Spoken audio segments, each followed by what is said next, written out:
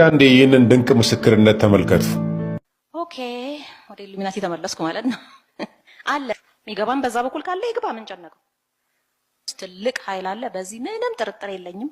በእውቀት በተግባር ከዛ በኋላ ፍቅርን መሰረት ባረገ ተግባር እዚህ ጋር ብቻ ነው ያለነው እያሏችሁ ነው። እዚህ ጋር ብቻ ነን። የኢትዮጵያ ሲክሬት ሶሳይቲ እኮ ናቸው። ሲክሬት ሶሳይቲ ናቸው። እናንተ በጣም የምትወዱት ፐብሊክ ስፒከር ሊሆን ይችላል።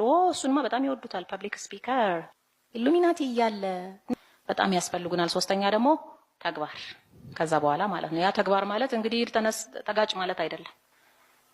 ነገሮችን ማስተካከል አሁን እንዳልኳችሁ የሚገባም በዛ በኩል ካለ ይግባ። ምን ጨነቀው?